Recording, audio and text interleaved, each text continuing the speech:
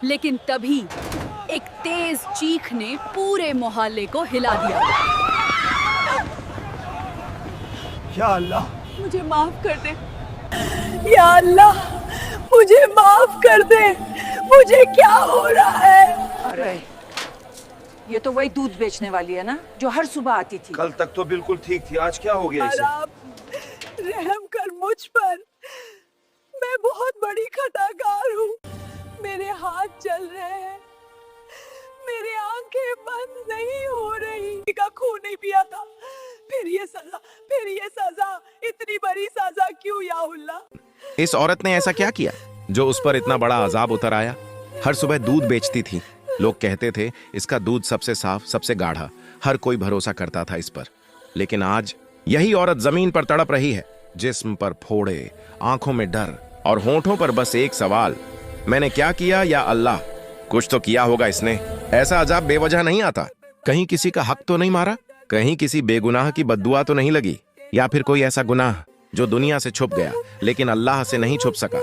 लोग कहते हैं वो तो बस दूध बेचती थी, पर शायद उस दूध में सिर्फ पानी नहीं था। उसमें किसी की बद्दुआ मिली थी, किसी का हक, किसी का दर्द मिला था। और सोचो, क्या हम भी तो ऐसा ही कुछ नहीं कर रहे? कभी किसी का हक मार लेते हैं, कभी झूठ बोल देते हैं, कभी किसी को बेवजह तकलीफ दे देते हैं और समझते हैं कि कोई देख नहीं रहा। लेकिन याद रखो, अल्लाह सब देखता है, हर गुनाह का हिसाब रखता है। इसलिए इस कहानी को पूरा देखो और इससे इबरत हासिल करो। मुझ पर, मैं बहुत बड़ी खताकार हूँ। सुबह का वक्त था। चाक नंबर 47 की गलियों में अभी सूरज पूरा नहीं निकला था। हवा में ठंडक थी और साथ थी ताजा दूध की महक। वो महक जो हर सुबह इस गली को जगाती थी। गुलबानों का घर गली के आखिर में था। मिट्टी की दीवारें, लकड़ी का दरवाजा और बीच में छोटा सा आंगन। आंगन में बंधी थीं उसकी 7 भैंसें। हर सुबह वो खुद ही उनके थन धोती, चिलमनी लगाती और स्टील की बाल्टी में दूध निकालती। दूध का फेन जैसे सफेद रेशमी बादल जो उसके हाथों के साथ ऊपर नीचे झूलता था। गुलबानों की जिंदगी इसी दूध से चलती थी। लोग कहते थे गुलबानों का दूध सबसे गाढ़ा, सबसे साफ। हर रोज सुबह मोहल्ले की औरतें और बच्चे उसके घर आते, कोई बाल्टी लेकर, कोई लोटा लेकर। वो मुस्कुराकर कहती, लो बहन, आज की पहली दुहाई है, जन्नत का स्वाद है इसमें। लेकिन उस दिन वो मुस्कान नहीं आई। उस सुबह कुछ अलग था। भैंसें बेचैन थीं। उनमें से एक बार बार सर घुमा रही थी, पूंछ जोर से हिला रही थी, जैसे हवा में कोई चीज हो जिसे वो देख नहीं पा रही। गुलबानों ने सोचा शायद मक्खी या मच्छर हैं। वो पास गई, लेकिन भैंस की आंखों में अजीब सी दहशत थी। फिर भी उसने दूध निकालना शुरू किया। बाल्टी में दूध गिरने की टप टप टप आवाज आ रही थी। आसमान में अब सूरज की पहली किरण फैली थी और दूध की महक पूरे आंगन में भर गई थी। इतने में बाहर से एक औरत की आवाज आई, गुलबानो, मेरे बच्चों के लिए आधा लीटर दे दे, जल्दी।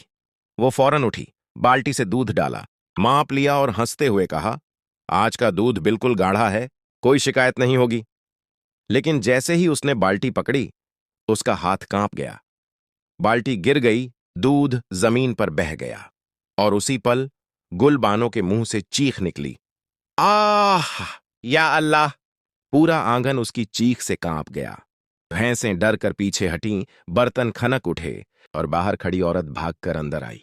गुलबानो दोनों हाथों से अपना चेहरा पकड़कर जमीन पर गिर गई। उसके गले से चीखें निकल रही थीं, या अल्लाह, ये क्या हो रहा है मुझे? या रब, रहम कर! उसके हाथ पर, जहां अभी दूध की बाल्टी थी, एक फोड़ा उठा, लाल, सूजा हुआ और चटकते हुए जैसे अंदर से जल रहा हो। वो दर्द से मरोड़ने लगी। कुछ ही पलों में उसके हाथ, गर्दन, चेहरा, हर जगह ऐसे फोड़े निकल आए जैसे आग के फोहे हों। हर फोड़े से मवाद बहने लगी, जिसमें दूध जैसी सफेदी थी, पर उसमें बदबू थी, ऐसी कि औरतें नाक पर दुपट्टा रख लेतीं। गुलबानो जमीन पर तड़प रही थीं। उसकी आंखें फटी हुई थीं। वो कहती जा रही थीं, मैंने क्या किया अल्लाह? मैंने तो बस दूध बेचा, मैंने किसी का क्या बिगाड़ा? उसकी पड़ोसी दौड़ी दौड़ी आई, हबीबा नाम था उसका। वो चिल्लाई, या खुदा, ये क्या हाल हो गया गुलबानों का? किसी ने पंखा किया, किसी ने पानी डाला, लेकिन जैसे उसका जिस्म अंदर से सुलग रहा था। हर सांस के साथ उसके होंठ कांप रहे थे और उसके मुंह से बस यही निकलता, मुझे माफ कर दे, मुझे माफ कर दे। कुछ ही देर में गली के बच्चे, औरतें सब जमा हो गए। कोई कहता, ये क्या हो गया इसको? कोई कहता, कहीं किसी ने जादू तो नहीं किया? और कोई धीरे से फुसफुसाता, अल्लाह का अजाब है शायद। लेकिन किसी को नहीं पता था इस अजाब के पीछे क्या था। कौन सा गुनाह था जो इतनी खामोशी से सालों से छिपा हुआ था और आज उस गुनाह ने जैसे अपनी आवाज पा ली थी। गुलबानों की चीखों में, उसके फोड़ों में, उसके बहते जख्मों में। वो अब अंधेरे में थी, उसे दिख नहीं रहा था, बस उसकी रूह सुलग रही थी। और आसमान से जैसे कोई अदृश्य आवाज कह रही थी, गुनाह छुपाओ मत, मैं देखता हूं सब कुछ। आसमान में बादल उमड़े, हवा चली और उसके घर की दीवारों पर दरारें पड़ने लगीं। लोग दूर हट गए, किसी ने पास आने की हिम्मत नहीं की। गुलबानों की आखिरी आवाज जो गूंज रही थी, मैंने तो बस दूध बेचा। पर सच्चाई ये थी, उसने सिर्फ दूध नहीं बेचा था, उसने उसमें कुछ और मिलाया था। और वो चीज सिर्फ पानी नहीं थी। चाक नंबर 47 की गली में सन्नाटा छा गया था। सिर्फ एक घर से हल्की सी कराहों की आवाज आ रही थी। वो थी गुलबानों का घर। आंगन में मिट्टी गीली थी, जहां दिन में दूध बहा था, अब वहां की मिट्टी से बदबू उठ रही थी, जैसे जमीन तक बीमार हो गई हो। दीवार के सहारे गुलबानों पड़ी थी, उसका जिस्म फोड़ों से भरा हुआ था। हर सांस के साथ वो सिसकती और हर सिसकी के साथ एक दुआ निकलती, या रब, अगर गुनाह किया है तो अब माफ कर दे। पर दिल के किसी कोने में वो जानती थी, गुनाह किया था और वो गुनाह छोटा नहीं था। कभी गुलबानो इस गली की सबसे दौलतमंद औरत मानी जाती थी।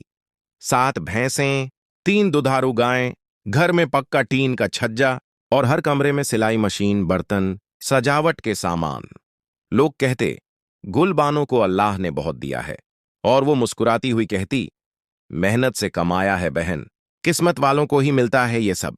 लेकिन असलियत मेहनत नहीं, मिलावट थी, और सिर्फ दूध में नहीं। सालों पहले जब उसका शौहर जुम्मन जिंदा था तो उनका कारोबार ईमानदारी से चलता था। गायों का दूध साफ और गाढ़ा, लोगों का भरोसा बना हुआ था। जुम्मन कहा करता, गुल, दूध में जरा सी मिलावट भी जमीर में आग लगा देती है। वो हंसकर जवाब देती, इतनी सी बात पे कौन जलता है, सब तो यही करते हैं। जुम्मन खामोश हो जाता। फिर एक दिन वो बीमार पड़ा और कुछ महीनों में दुनिया से चला गया। उसके जाने के बाद गुलबानों के अंदर की खाली जगह को लालच ने भर लिया। 7 भैंसों को खिलाने पिलाने में खर्चा बढ़ा और मुनाफा कम लगने लगा। एक दिन उसने सोचा, अगर मैं हर बाल्टी में थोड़ा सा पानी मिला दूं, किसी को क्या पता चलेगा। पहले 1 लोटा मिलाया, फिर 2, फिर आधी बाल्टी। लोगों ने तारीफ की, दूध पहले से ज्यादा हो गया, वाह। और वो मुस्कुराई। किसी को अंदाजा नहीं हुआ कि बरकत का नहीं, गुनाह का दरिया बह रहा है। धीरे धीरे वो झूठ की आदी हो गई। जब कोई औरत पूछती, गुलबानो इतना गाढ़ा दूध कैसे निकाल लेती हो, वो कहती, मेरे भैंसें तो ऐसे ही हैं, अल्लाह का करम है। लेकिन वो भूल गई कि अल्लाह का करम झूठ पर नहीं ठहरता। हर दिन वो अपने हाथों से सच्चाई को गंदे पानी में घोल रही थी। हर दिन उसका जमीर थोड़ा और मर रहा था। फिर एक और गुनाह हुआ।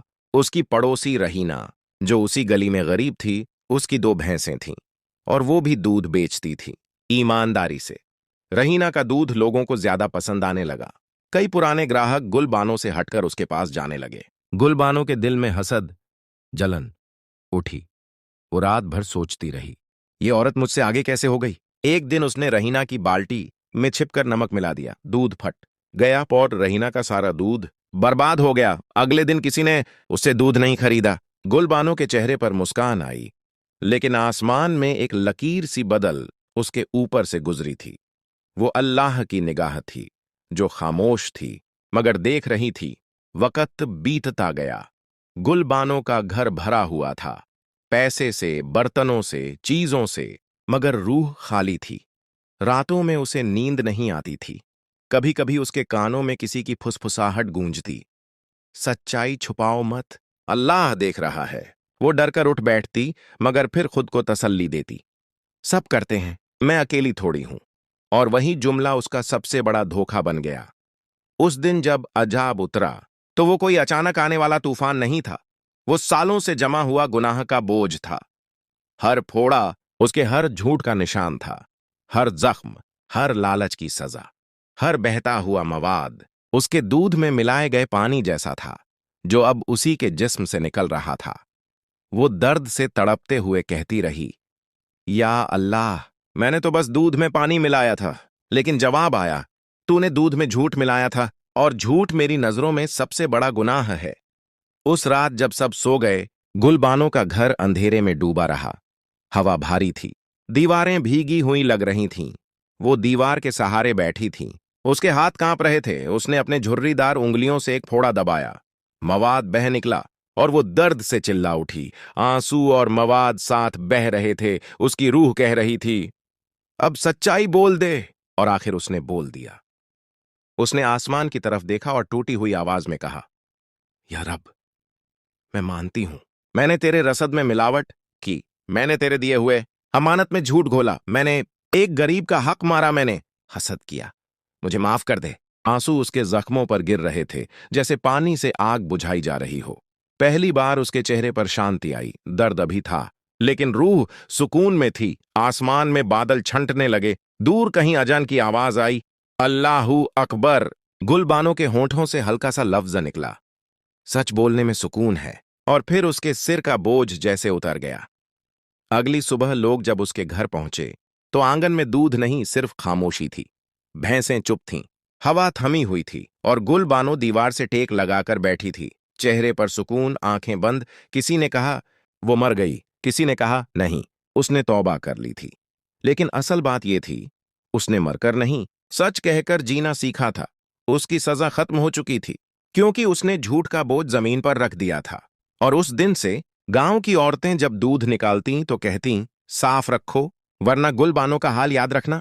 और हवा में हमेशा एक आवाज गूंजती, अल्लाह झूठ को बरकत नहीं देता। खत्म नहीं, सीख है। अल्लाह देर करता है लेकिन अंधेर नहीं।